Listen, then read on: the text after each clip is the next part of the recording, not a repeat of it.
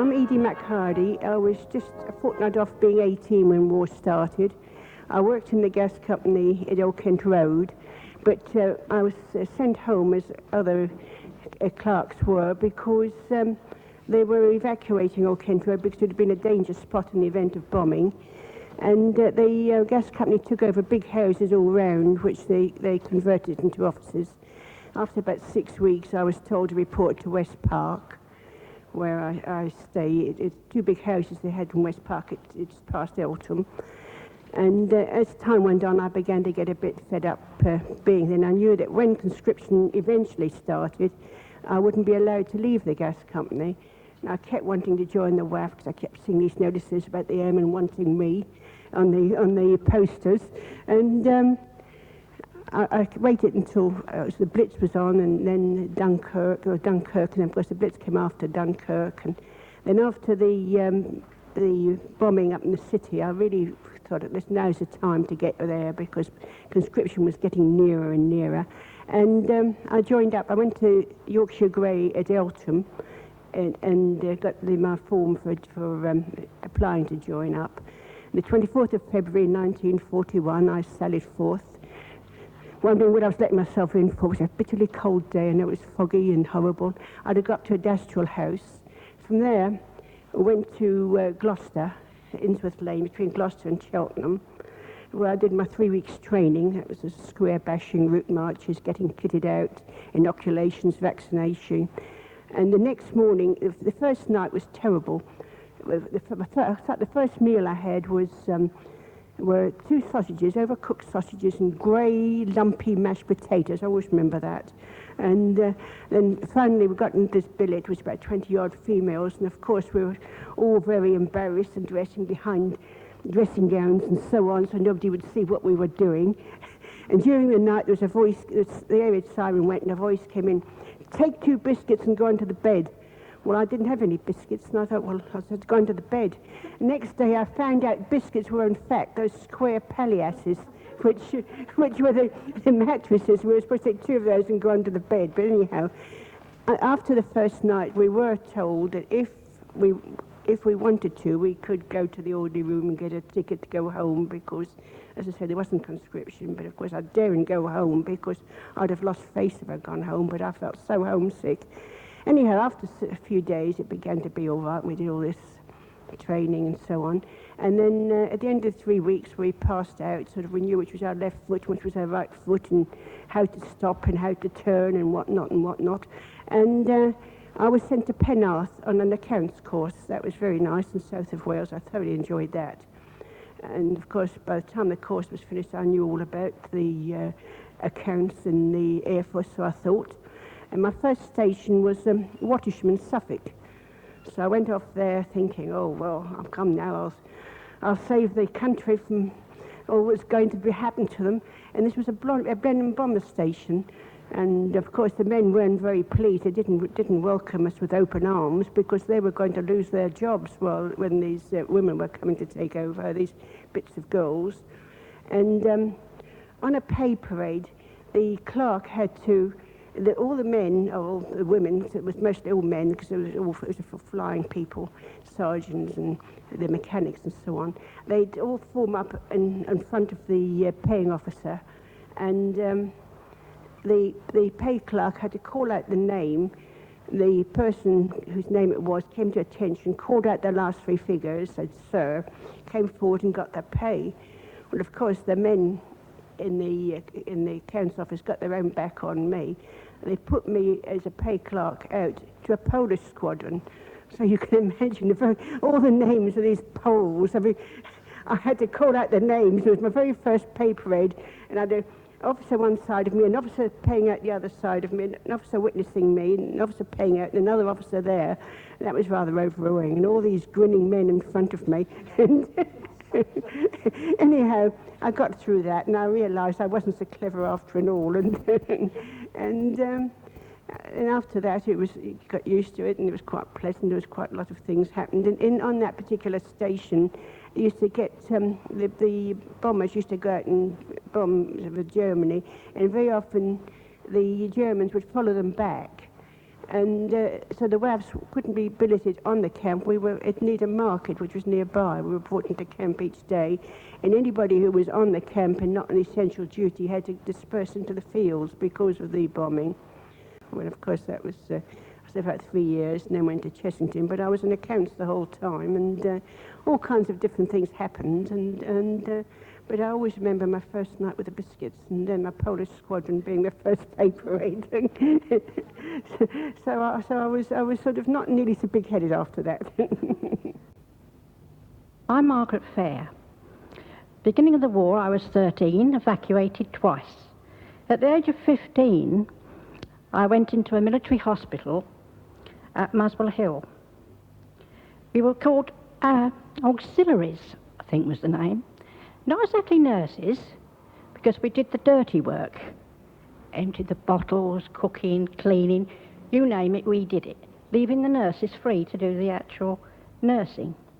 Now, when I tell you it was officers' hospital for shell shock, they were shell shocked, which means that the nursing was entirely different from an ordinary hospital.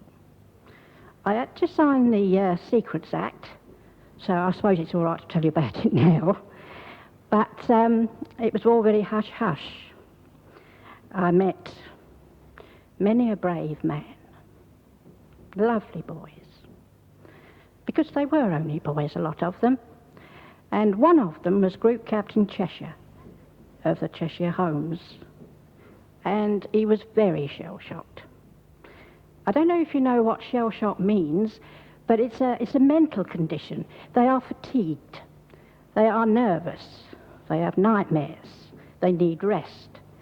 And above all, needed a lot of understanding, because if you saw these young men, when they're supposed to be asleep, they walk in their sleep, they got no control over their bladder, etc. You know, it's really horrible to see it. And, of course, we weren't allowed to talk about this or to say anything to the outsiders. It was all very hush-hush. Now, there was a young man, and I can tell you his name. He was called Flight Lieutenant Hurley, and he was so bad that he committed suicide. And there were several like that. It was really, very bad. And it leaves a lasting impression on a young girl's mind. And so, of course, when you were off duty, I think you lived it up a bit to get it out of your mind. And, of course, being a military hospital, we were targeted by the Germans for bombings, for machine gunning, and all the other nastiness. And because the railway, and what they used to call the Big Bertha, was just across the way. And of course, the railway used to have all the military things go past, you know. But it was an enlightening time, and a time I shall never forget. It's made me more understanding, I think, to other people's conditions of the mind. Because, I mean, although we were nasty, we used to say, oh, it's a nut hospital, you know. They're all nutty, being very nasty and very unpleasant. And we didn't quite understand. The work was hard. There wasn't any set time, because it's just not like a 9-to-5 job. You just couldn't drop everything and go off. You had to, if one was sick or there's a lot going on, you had to carry on. And your duties might be getting the supper ready, cooking the potatoes, etc., etc. Whatever was going, you had to do it, even if it meant staying on through part of the night. The nurses were always busy, because, I mean, although there wasn't a lot of people there at one time, not a lot of patients there at one time, there must have been, about 50. And they'd come and they'd go. Some would be all right, some wouldn't. Some would be back again soon. And it was that type of a hospital. What can I say apart from that? Once we were off duty, We used to go up West End and go dancing and all that and just enjoy ourselves. I was there quite a time, and I left to get married, and so I felt as though I was part of the establishment. And of course the hospital itself, you know, it was rather like private houses. It didn't look like a hospital. The actual ward and that was way back, but the front of the road, it was just like these lovely beautiful houses. And there we would be sort of like billeted. So it was very nice. I'm Kit O'Connell, and I was married at the beginning of the war. And the first week of the war, we were bombed out, so we decided to go to Kent. And that was my mum and I, because she was a cripple. And we found a little cottage in Kent. And that's when I began work on the land. It was very hard, but the only job I didn't like was milking the cows. I would rather do the mac spreading. And it was very hard work though, on the land. But we did well because we got double rations. Used to get double food, you know, whatever you got. And it was long hours, from dawn till dusk. It was all, we used to have to do the work like what most of the men would have been doing. Apart from that, we did air raid watching of a night.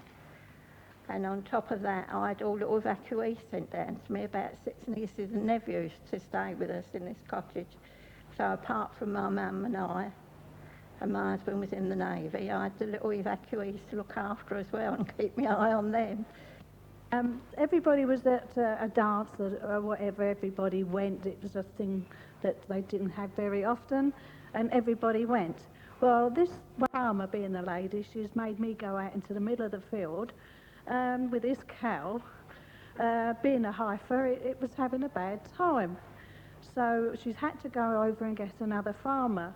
I'm stuck in the middle of this field, nothing around me, with the cow mooing and crying. And anyway, she phoned up for a farmer before we went to the field, and he brought some ropes back, and she says to me, what you'll have to do is you'll have to open the passage and try and get the head in view.